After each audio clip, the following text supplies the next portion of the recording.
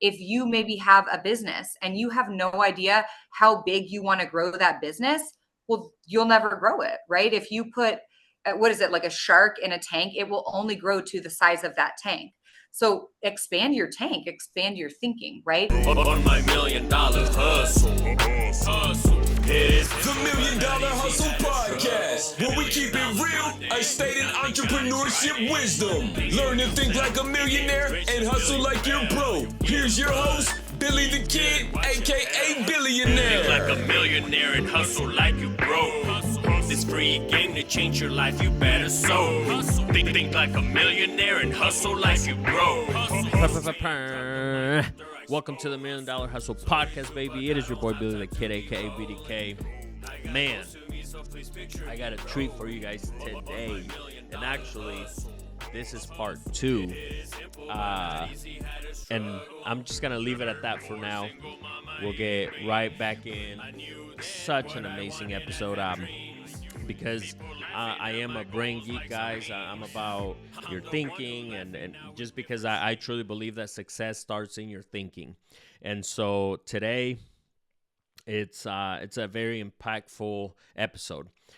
But it is part 2, like I said. So make sure, if you haven't yet, go check out the last episode, part 1. But it is officially New Year's, guys. It is 2024, and by the time this releases, it might be later on in the year. It is a Thursday that I'm recording it, so today is $1 Million Monday for us, for you, for I.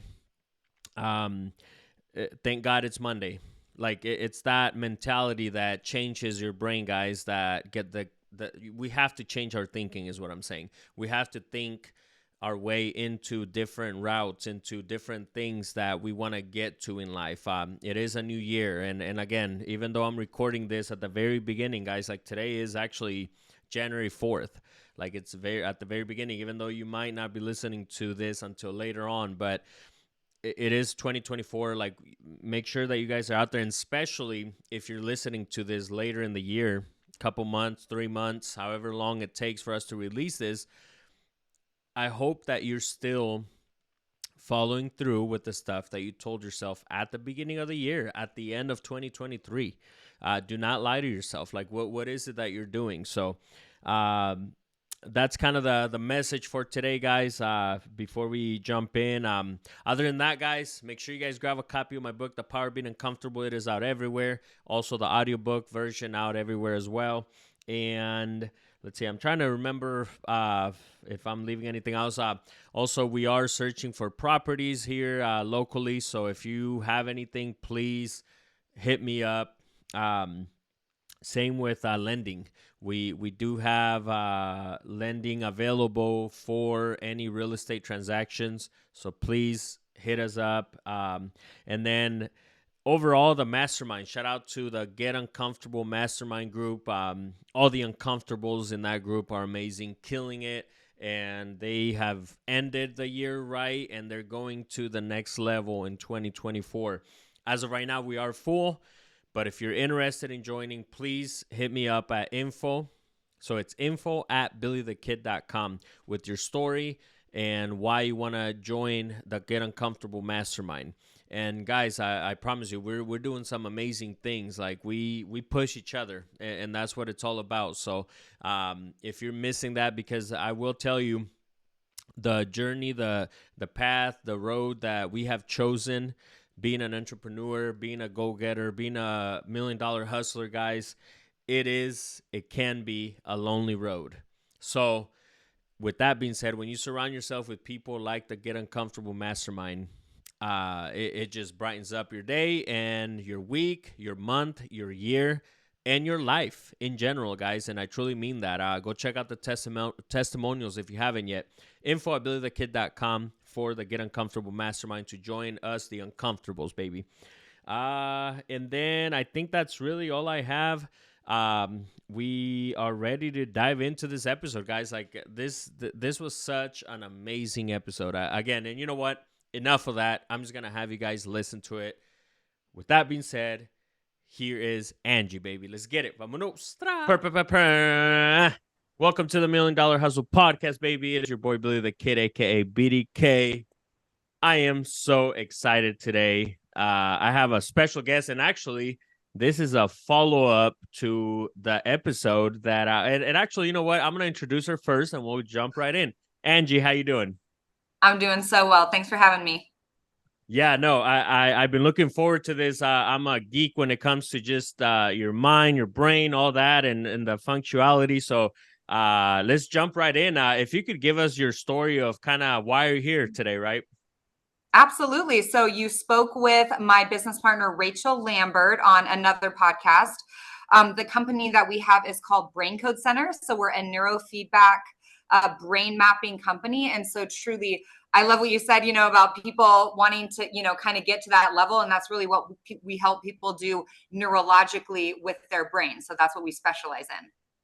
Love it, love it. And what made you get in this field? Like, how did you end up in that field?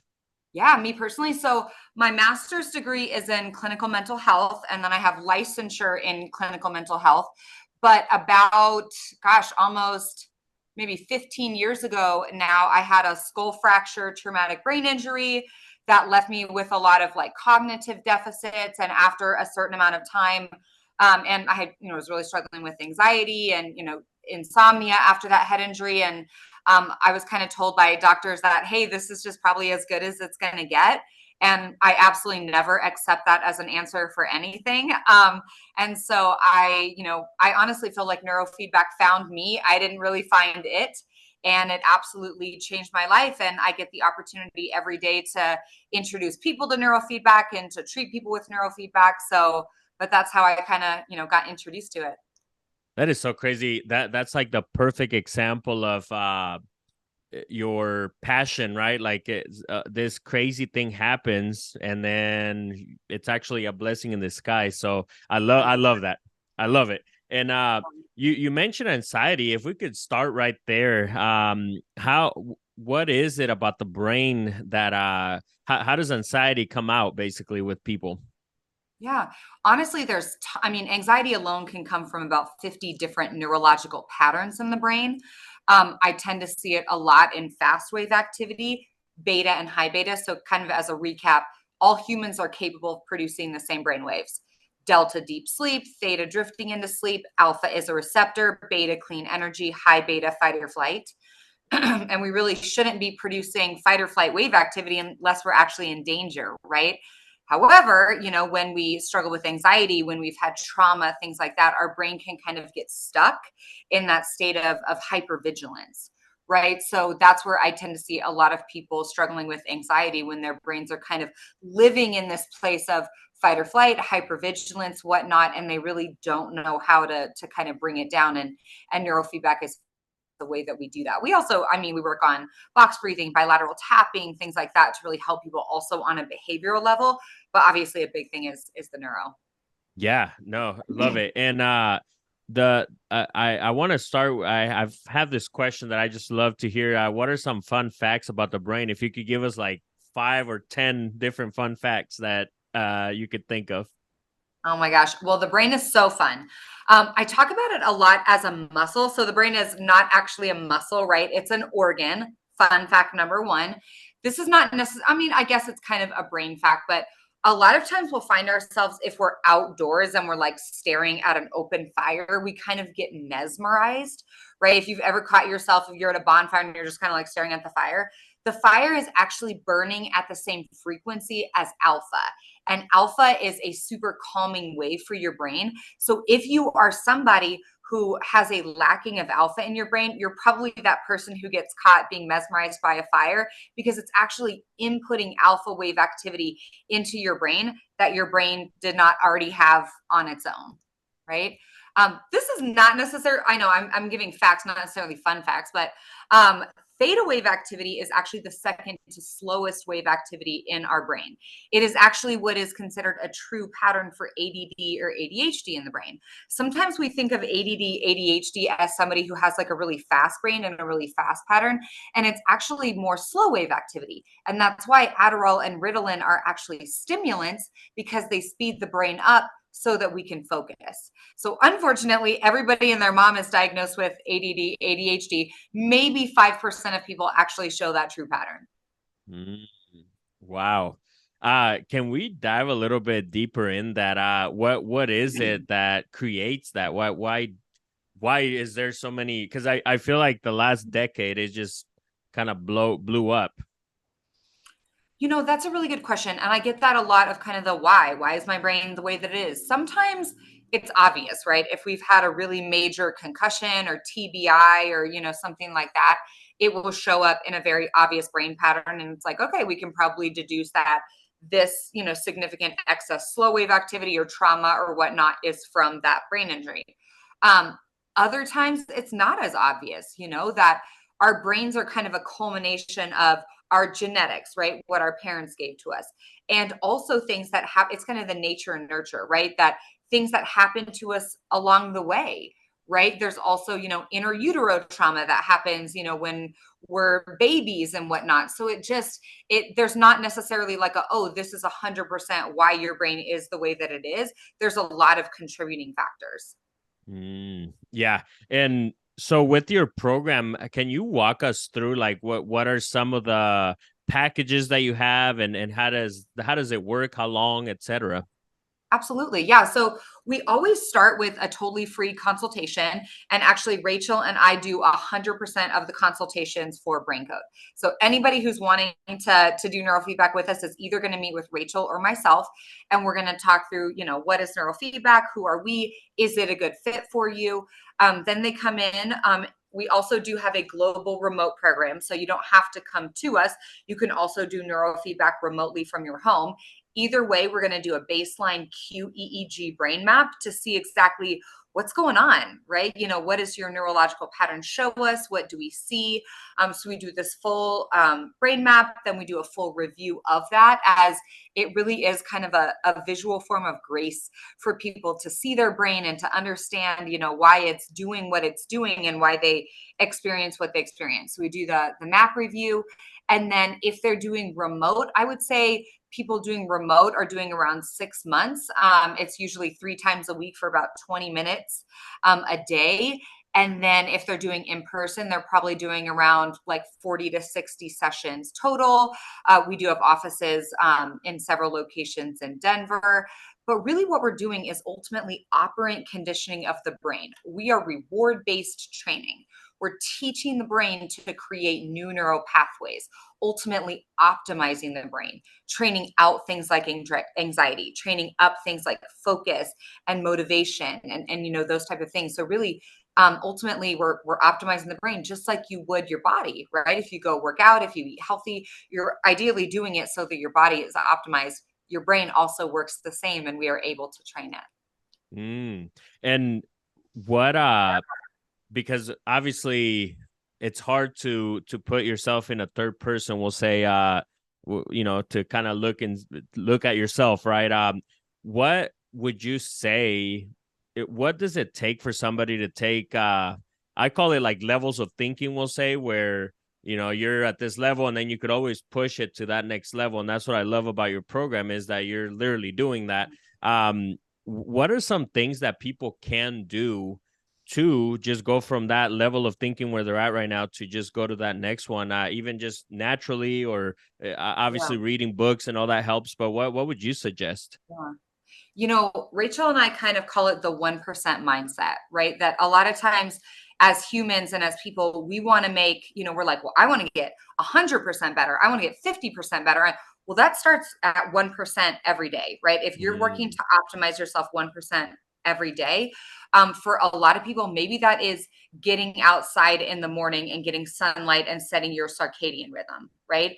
If you are not sleeping well, you will never be optimized, right? Because literally there are certain valves in your brain that only release when you're in REM cycle sleep. If you're never getting into REM cycle sleep, that's never happening, right? So sleep is a huge one. Maybe for other people, that's, putting your phone down 2 hours before you go to sleep so that your brain is not overstimulated so that you can get there.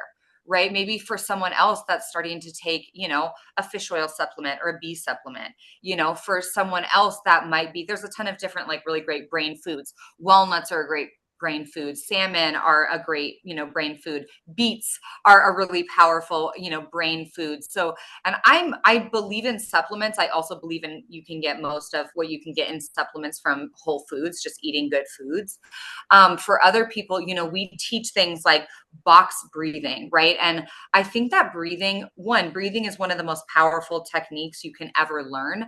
I think it's such a simple practice that people don't really do it just because, well, I'm breathing. What's really the benefit to that? There are so many studies done on breath work and how it physiologically can change your brain. If you're not familiar with box breathing, it's literally where you breathe in for 4, hold it for 4, breathe out for 4, and hold it for 4. And I have had several people do that first thing in the morning for several minutes for 6 months, and literally transform their lives just by doing that. That then they get into a stressful situation, and what's in check? Their breathing. So what else is in check? Their sensory motor rhythm, their brain, their somatic body, like all these other things are in check because their breath work is already there, right? Practice makes perfect. So those are a couple things that honestly I believe that people can be doing every day that doesn't involve going to an office, doesn't involve spending a lot of money or really even time, but that are going to make really impactful changes. Wow. Yeah, those are some amazing things, by the way.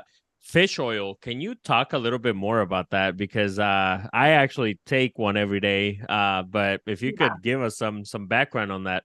Yo, we'll be right back to this great episode of the $1 Million Hustle Podcast. Before we continue, I want you to go grab a copy of my book, The Power of Being Uncomfortable. It is out on Amazon. It is out on Barnes & Noble, Walmart.com, Target.com, and everywhere else books are available. The great news, guys, is you could go to BillyDhaKidd.com and grab an autographed copy. That is right.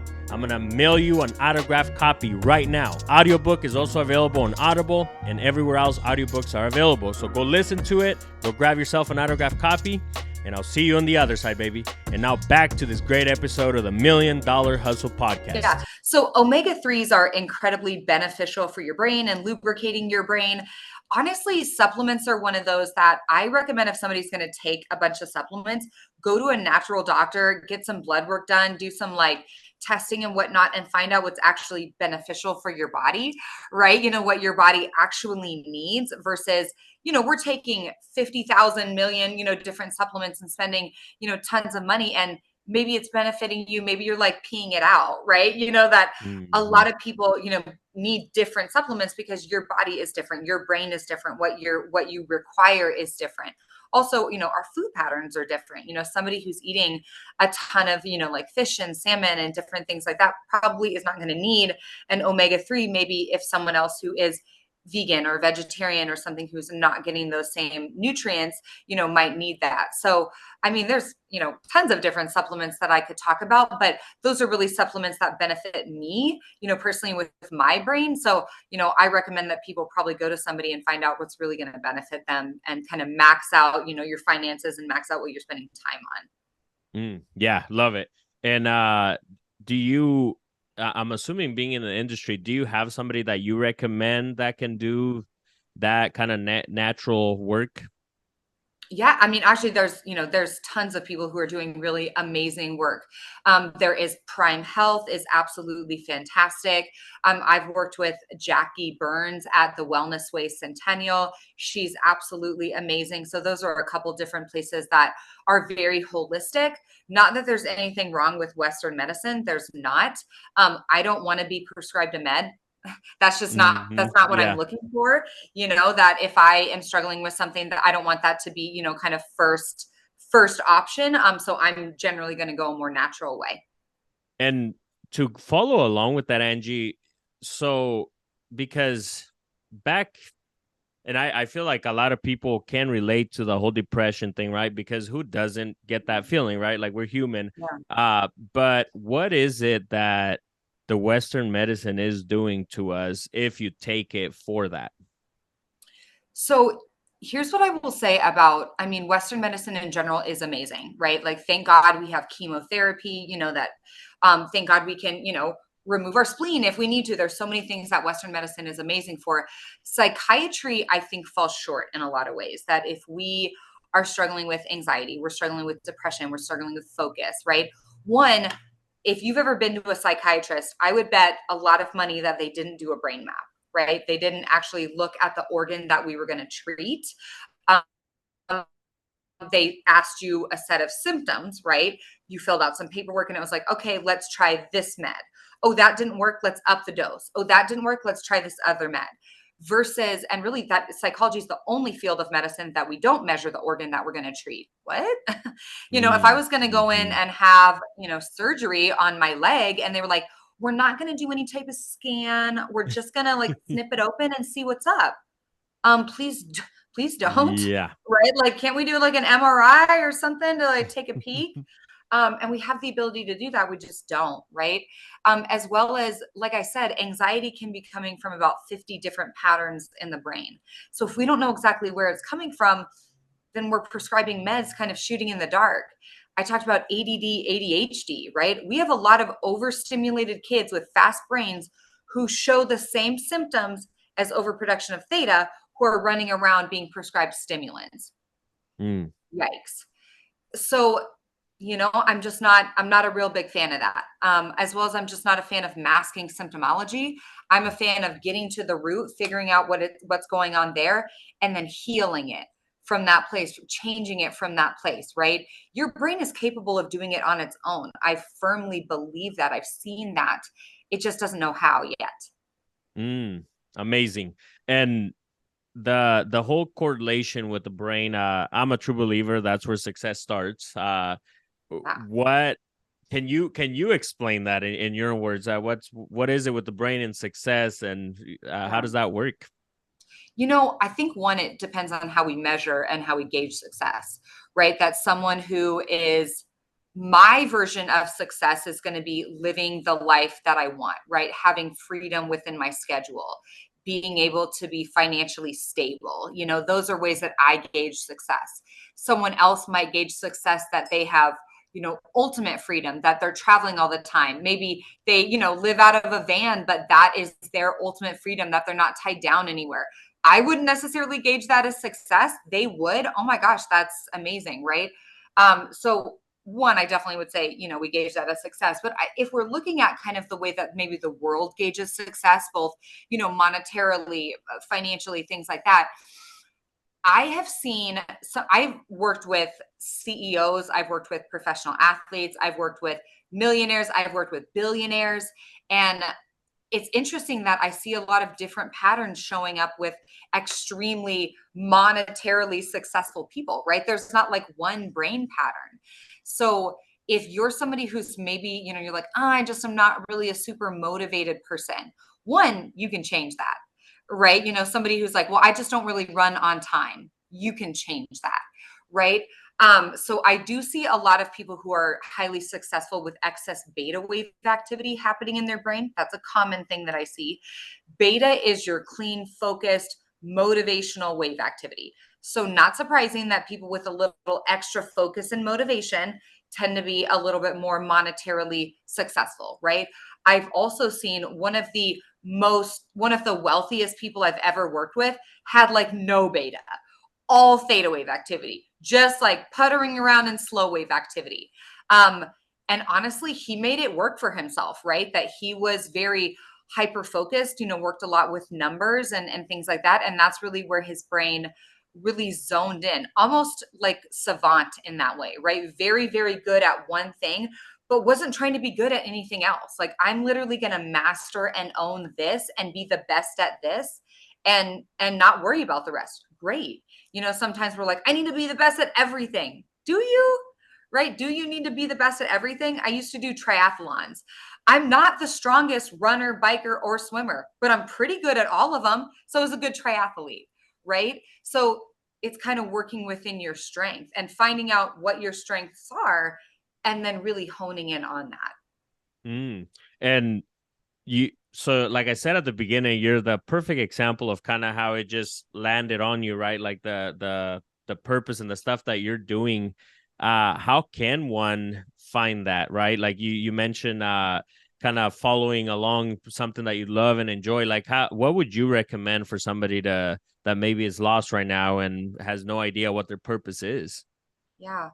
You know, I'm a big reader. I love reading. One of my favorite books of all time is called Man's Search for Meaning. It's by Viktor Frankl, and he was a psychiatrist and actually a neurologist, and he was an Auschwitz internment camp survivor. And he created this type of therapy called logotherapy, and it's meaning therapy, finding meaning in suffering. And unfortunately, we live in a society that is like, if you are not happy all the time, that's not okay, right? We can never go through pain. We can never go through suffering. And the reality is that that is what shapes us more than our wins, our losses and our failures and our struggles, shape us. There are no participation trophies in life. And I don't, I'm not a fan of everybody's a winner. One, everybody's not a winner, and that's okay. Because then when you do win, whatever winning looks like for you, that means something to you. So for people who are struggling, one, reading that book is absolutely impactful and so life-changing, but also it's okay to sit in your suffering for a minute. Find the meaning in that, right? That the injury and what I went through at the time was incredibly difficult. I was 19 years old in a walker, had to leave college, wondering if I would be able to go back, right? Wondering if I would be able to walk on my own again. And that was a major bummer.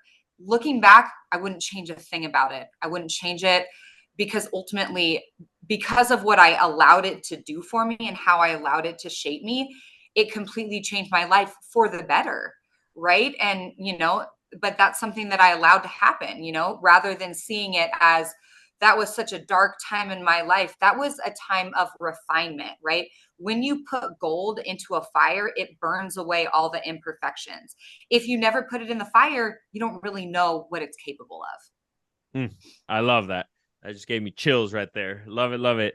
And you did mention pain and feelings, right? And I do teach that to my kids, for example, like, hey, it is okay to feel sad. Yeah. What do you think? What would you say would be that thin line of being optimistic too and having that positive mindset? Because obviously you also, I believe, you don't want to sit in the sorrow and the pain. But what would you say? Yeah. So I don't mean like wallowing, right? I don't mean sitting. I mean letting yourself feel it, letting yourself experience it, not brushing it under the rug, right? That, hey, this sucked, right? I need to heal from it. What does that look like? How do I gain closure? Things like that, rather than Mm, everything's good, it's good, no biggie. I didn't, that wasn't a thing. It was, and that's okay. I also am a love it. very big proponent of gratitude. Rachel, who I call my business partner, she is also one of my best friends of all time. Literally, like my soulmate sister. I love her so much. She did Her say and that about you too. So I hope so. Literally, I'm like, who's my life partner? Rachel. Um, she's absolutely amazing. And we do this thing where every night before we go to bed, we write down, and we actually do it together on a shared note on our phone. And it's a gratitude list, and it's literally what good things happened today. Sometimes it's so easy as we're going to sleep at night. For some reason, our brains tend to go like, what happened today? And go through bad things, right? Like, what was all the crap that I went through today? Or when we talk to people, like, how was your day? Right? It's so beneficial right before you go to sleep at night. We just do a thought dump, and it's, what are all the great things that happened today? Because I'm going to guarantee you, even on your worst day, there were some positives, right? I got my nails done yesterday. I love getting my nails done. I love it.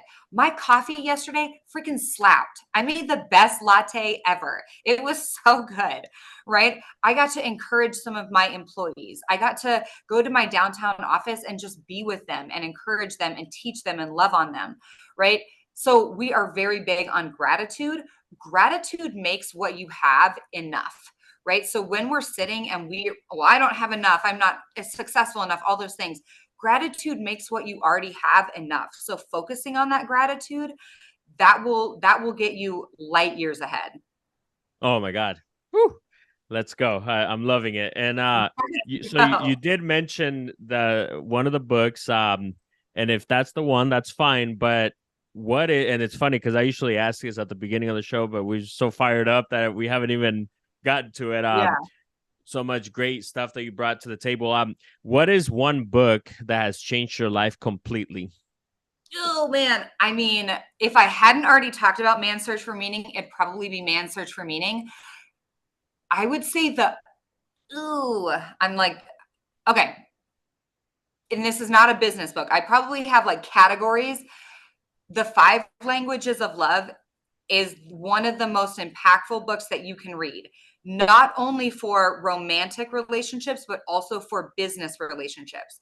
If you understand as a boss or as an employee how people receive, and we call it love. If you're weird about love in the workplace, like fine, don't call it love, call it affirmation, call it feedback, call it whatever you need to. If you know how people receive affirmation, you will be, you'll be a different type of boss. You'll be a different type of employee, right? Rachel and I do Enneagram training with all of our employees. I want to know what if you don't know what the Enneagram is, it's kind of like Myers-Briggs. It's a temperament personality test. I want to know what their Enneagram is, and I'll figure out what their love language is, because me pouring on words of affirmation to someone who doesn't experience words of affirmation, that's going to make them uncomfortable. They're not going to experience love or affirmation in that way.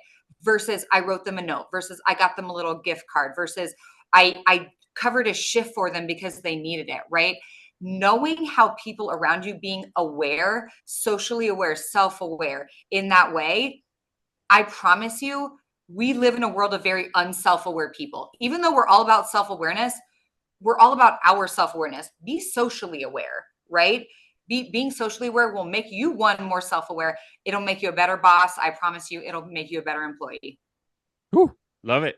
And so one question I love to ask, and just again with the brain and everything, what is the definition of happiness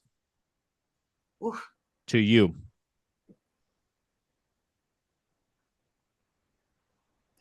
That is a really good question. I would say the definition of happiness for me is finding contentment in my wins and being able to sit and love the things that I have, truly. That I'm a 3 Enneagram, so I'm an achiever. It is very easy for me to always focus on what's next, right? Okay, we just had a big win. Well, it wasn't that big because the next one's going to be even bigger, right? And that breeds eternal unhappiness. If we're never content, if I can never sit and just say, oh my gosh, like this was so good, right? Living in the moment versus living in the future. So for me, actual true happiness, how I experience it, is being able to sit in the win, sit in contentment, have gratitude, and love the things that I have right now. Love it. And so relatable, by the way. You mentioned earlier that you obviously have done work with athletes, millionaires, successful people. What are some patterns? And because you did mention the winning and all that, because I totally get it. Like, it's always that next thing, right? And I also believe that's also growth in a way. So it's not like a bad thing as well. But what are some patterns that do you see with people that have achieved so many great things and they still have that winning mentality, right? Like, what do you see? What are some patterns? We'll be right back. Before we continue, go subscribe to Billy Dha Kidd YouTube. That is Billy, DhaKidd. Also, go follow Billy Dha Kidd Music on Spotify, Pandora, Apple Music, and everywhere else music is available. And now, back to this great episode. Let's go. Hopping out the 2 though, we're number 2 foe. Feel like Kobe though, I'm winning, need to do more. My mama sorry, college wasn't for me. Street smart, no degree, just like Kobe. Self-made boss with a suit like a mogul. I'm the new era, you see it on my logo. Yeah. You know, I would say one of the biggest things is tenacity. That if you want to win, if you want to make money, if you want to be successful, giving up is not an option, right? And ultimately just doing it. We are so afraid of failure that we don't even start. Why didn't you, you've been talking about starting a business. You've been talking about writing a book. Why haven't you started? Well, I want it to be perfect. The first video you put out on TikTok or Instagram, whatever, is going to suck. Like, it's not going to be good. And that's okay, right? The first, business plan you write out might fail. right? It might not come to fruition, right? People who are true entrepreneurs, they haven't started one business. I'm going to guarantee you they've started like 20. Now, the one that they're doing right now might be really successful. The ones they did before that might have filed for bankruptcy, right? So truly that tenacity of when we hit those humps, when we have those failures, sitting in it, experiencing it, and then getting right back up, right? And getting right back into it. And that is truly, it's a brain pattern, but it's a personality trait that I have seen in very successful people, that they're not thwarted by hard times, that they get back up and they keep going. Wow. So amazing. And I couldn't help but think it's that that being uncomfortable, right? And so I wrote The Power of Being Uncomfortable, and that's that pattern of like when it's something new, you have no idea, but once you do it, you start to get used to it, and then it's always to that next level of being uncomfortable, right? So you don't end up in that comfort zone. What would you say was one way that you got uncomfortable that has paid off to this day? Yeah, you're 100% right that our brains will give up exponentially before like even our bodies need to, right? That's why when you're in the gym and you're like, to failure, right? You are to exhaustion, do 5 more reps. If nothing else, it tells your brain that you can do it, right? Man, there's been so many, things in my life where, I worked a job or, did this or did that, after I had my brain injury, I did go back to college and finish my undergrad and then went through my master's. Before my head injury, I probably graduated high school with like maybe a 2.8, 2.9 GPA, trash. For what I was capable of, like so bad. I just, I was under focused, under motivated, didn't really care. My head injury gave me like a zest for life and like a need to be successful and to kind of prove myself to myself. I carried a 4.0 through the rest of my undergrad, through my master's degree. That is something that had you asked me before that, if I was capable of it, I would have said no. And it wasn't because it was because I wasn't willing to work for it. That, I'm not somebody who can go into, a class and ace the test, never having gone, right? I got to work for stuff. That's just, my brain is honestly, I don't have a fast enough processing speed to not work for it. I have to work for it. But doing that showed me that I'm quite literally capable of anything, I know that. And that, that's also kind of a 3 personality type, that I actually just believe that I can do anything. I've never done many things, but I believe if you put me in that situation, I will figure out a way to be the best.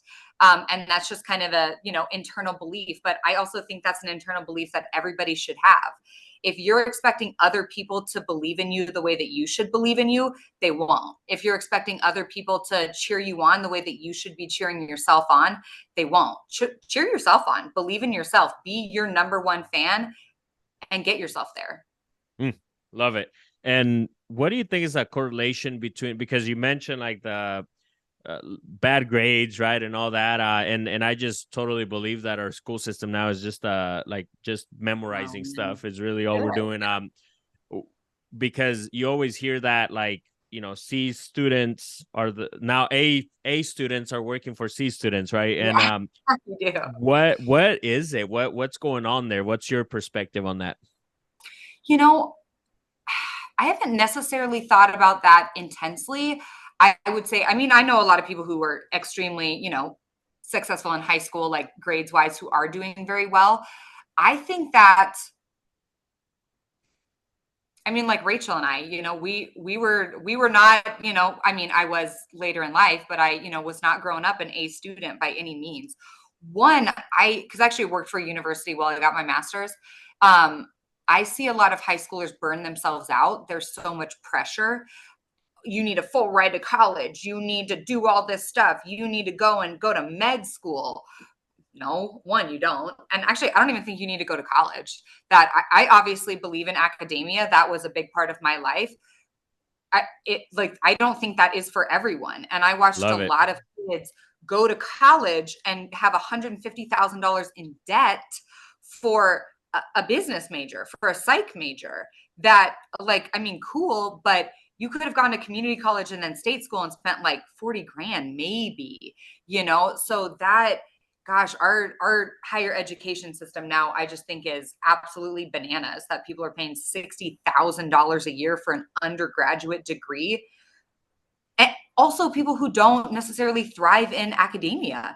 There's so many trade schools, that you can go to. Or I believe that you can like start businesses and have no business background, right? Self-taught. So yeah, I don't know. I don't know exactly why, that straight A students, I honestly think kind of burn themselves out and maybe are so focused heavily on academia that they're not necessarily focused on the practical, right? I had friends who I graduated my master's with who aren't business minded, and so have maybe a small little private practice, and that's totally fine versus thinking bigger, thinking global. Mm. And how can one think bigger, right? Like it's so crazy just being a success coach. You see that over and over where people are kind of on that lower vibration of thinking and just, so what would you suggest for somebody to do to think bigger? So I'm pretty big. I don't know if I love the word like manifesting. I'm kind of big into like prayer and more spirituality in that way. But I also do believe in like making things happen. You're 42% more likely to achieve a goal by writing it down. And I know very few people who goal set the way that Rachel and I goal set. We've got like categories: spiritual, financial, business, personal, right? So set some goals, right? Also, I believe in like not only, so we set goals for the year, but what is your life goal, right? What do you want your life to look like? I literally have a note in my phone right now that is, what do I want my life to be? What do I want my house to look like? Because if I'm striving for something that I don't even know what I want, I don't even know what it looks like, how would I get there, right? If you maybe have a business and you have no idea how big you want to grow that business, well, you'll never grow it, right? If you put, what is it, like a shark in a tank, it will only grow to the size of that tank. So expand your tank, expand your thinking, right? Now, another book I love is called Atomic Habits. That book is life. There's a lot of small things to get us to here, right? But if you don't even know what this is, you don't even know the steps to take to even try to get there, right? So I would say the first thing to do would be physically writing down your goals. And then after that going, okay, now how am I going to achieve them? But if you don't even know what your goals are, you don't even know how to get there. Love it. And as much as I hate to wrap it up, you have so many great things going that you have to go take care of, Angie. And thank you so much. This has been amazing. I have some notes that I'm going to look over and all kinds of great stuff. I do ask the same questions at the end to all the guests. And the first question that I have for you is, if you were to look back at your younger self, what would be the piece of advice and what would you tell yourself right now? Oh man, honestly, my core of who I am is still the same, but I have changed so much from my younger self. I would say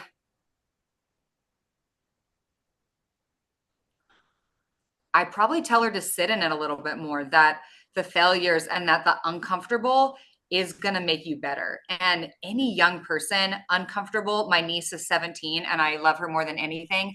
And she's a little bit people pleasy, a little bit afraid of failure. One, worry less about what people think about you. No one is thinking about you the way that you're thinking about you, right? We think that everybody cares what we're doing and who we are.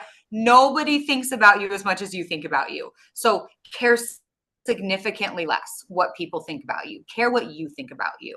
And two, sit in it. Don't be afraid to fail. Start that business, start that podcast, start that Instagram, start that TikTok, whatever that looks like. Your first couple things are going to suck. You will get better. You will improve. Wow, man, life-changing. And if there were 3 steps to success, so the $1 Million Hustle is basically, we'll call them habits or steps that get you to that milestone and above, right? And and again, it's about the person you become in that journey.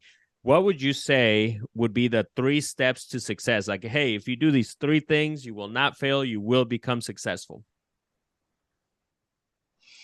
1, start with goal setting. If again, if you don't know where you're going, you don't know how to get there. So start with goal setting. That is a great foundational thing to be successful.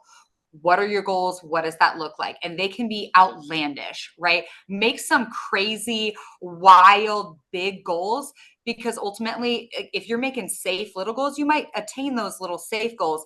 Make some big freaking goals. Then figure out how to get it, right? What are the steps that you need to take? If you want to become a runner, you're not going to become a runner without putting on your tennis shoes, right? You're not going to become a runner without getting outside and run a quarter mile, right? Run around the track one time, right? What are the steps in order to get that? And then the last one truly is figure out how to optimize your brain. For many people, we focus so heavily on the neck down. Your brain is your best asset. No matter what, in your life, your brain is 100% your best asset. So if you are feeling under-focused, under-motivated, I can't complete tasks, at the end of the day, that's a neurological issue. That's a brain issue. So maybe for you, that's starting to meditate. Maybe for you, that is doing some neurofeedback. Maybe for you, that's going and getting a counselor and working through some of your like childhood trauma, whatever. But optimizing your brain will absolutely change your life. Love them. And if you were to write a book, Angie, what would be the theme and title of it? So your girl definitely will be writing a book, maybe Let's several. Go. Love it. Rachel and I have kind of thrown around a couple options because we are both highly blonde and highly into brains. It will surround a title with that. We have her and I are both keynote speakers. So we travel around the country and talk about brain health, mental wellness. One of our kind of themes is the neurology of, so the neurology of leadership, the neurology of the 1%. So I think that one of the books I write will surround the neurology of. Love it. I can't wait. Definitely keep me posted. And so are you guys located in Denver then? We have 2 locations in Denver, on 6th and Santa Fe, one at Highlands Ranch. We have an office in Tulsa. We have an office in Dallas. And then we do have that global remote program. So literally wherever you are in the world, you can do remote neurofeedback with us. I love it. And where can people find you? Yeah, so check us out on our Instagram at Braincode Centers. We have a website at braincodecenters.com. My personal handle is I am a Noack. So you can find us at any of those. DM us if you have questions. We'd love to talk more about it. Like I said, all of our consultations are free, so it's never going to cost you anything to kind of find out what is neurofeedback and what are your options. Love it. Thank you so much, Angie. This has been amazing. Any final words? No, honestly, I love what you're doing. I love that you're, getting the message out there.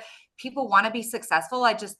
Sometimes we don't have the tools to do that. So thank you for offering people and bringing people on like us and other amazing business people to just really help give others the tools to really kind of help them get there.